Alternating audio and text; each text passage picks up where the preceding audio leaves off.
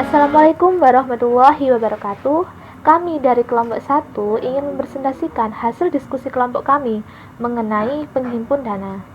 Salah satu kegiatan dalam bank yaitu penghimpun dana, di mana bank menyimpan dana dari masyarakat yang nantinya akan disalurkan juga ke masyarakat. Cara-cara bank dalam menghimpun dana juga ada banyak, seperti tabungan, giro, dan juga deposito. Yang pertama, saya akan membahas mengenai giro. Apa sih giro itu? Giro adalah simpanan yang sifat penarikannya dapat dilakukan setiap saat dengan menerbitkan cek atau biljet giro.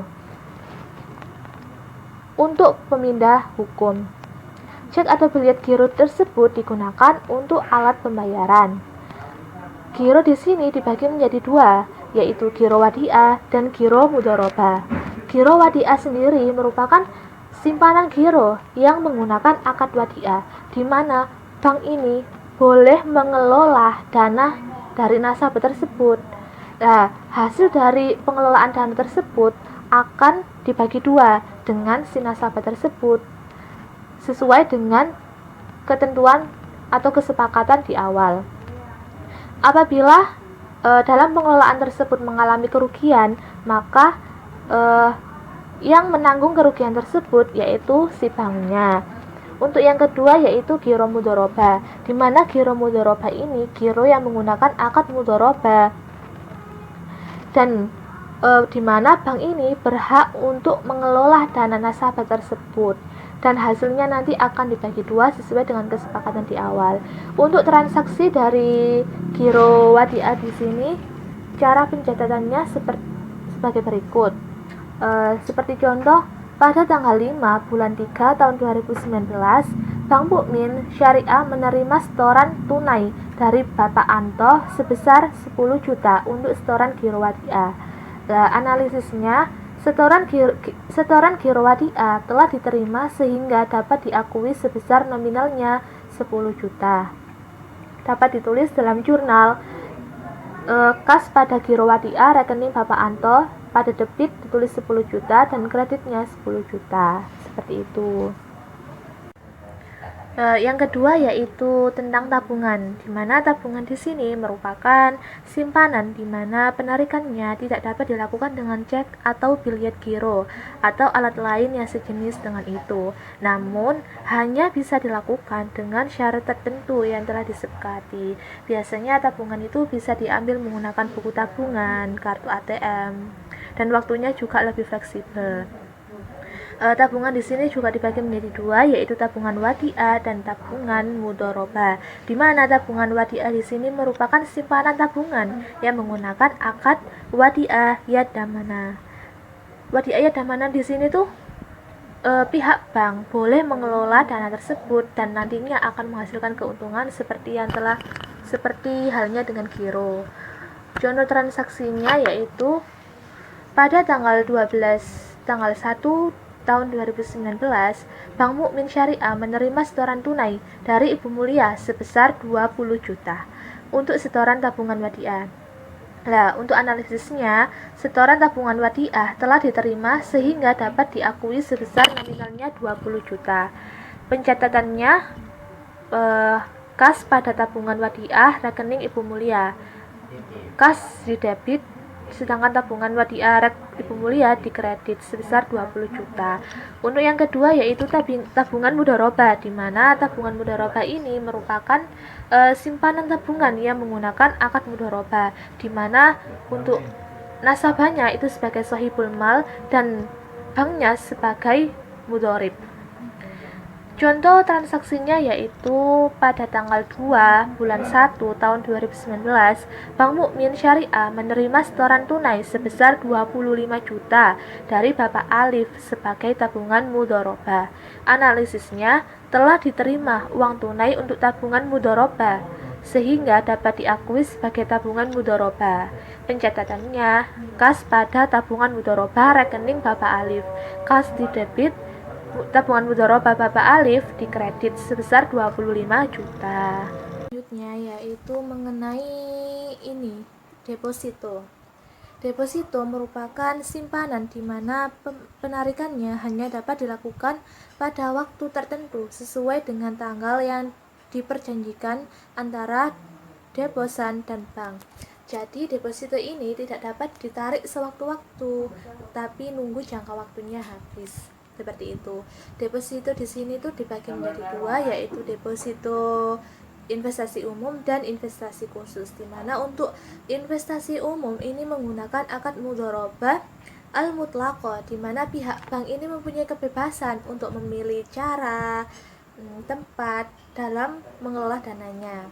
Dan untuk investasi khusus ini menggunakan akad mudharabah al-muqayyadah, di mana nasabah ini mempunyai syarat-syarat tertentu, dan nasabah ini juga menentukan cara, tempat untuk mengelolanya, seperti itu. Contoh transaksi di sini, transaksi penerimaan setoran deposito mudharabah, yaitu pada tanggal 3 bulan 3 tahun 2020, Bank Mukmin Syariah menerima setoran tunai sebesar 50 juta dari Bapak Yanu untuk dimasukkan sebagai deposito mudharabah jangka waktu 3 bulan, nisbah 70 untuk nasabah dan 30 untuk bank. Analisisnya, telah diterima uang tunai untuk deposito mudharabah sehingga dapat diakui sebagai deposito mudharabah. Pencatatannya yaitu kas pada deposito mudharabah rekening Bapak Yanu, di mana kas terletak di debit dan deposito mudharabah rekening Bapak Yanu terletak di kredit sebesar 50 juta. Praktik transaksi pembayaran bagi hasil deposito.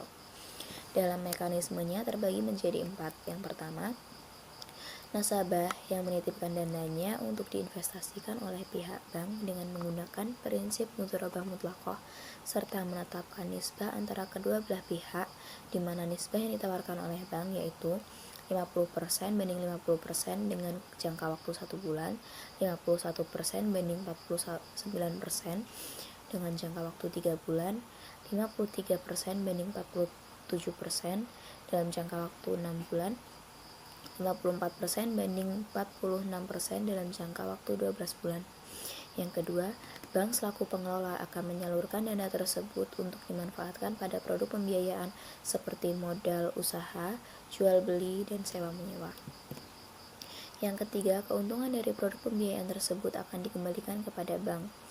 Yang keempat, bank akan melakukan distribusi bagi hasil kepada para deposannya dengan nisbah yang disepakati di awal dan melakukan pencairan deposito pada waktu yang telah ditentukan.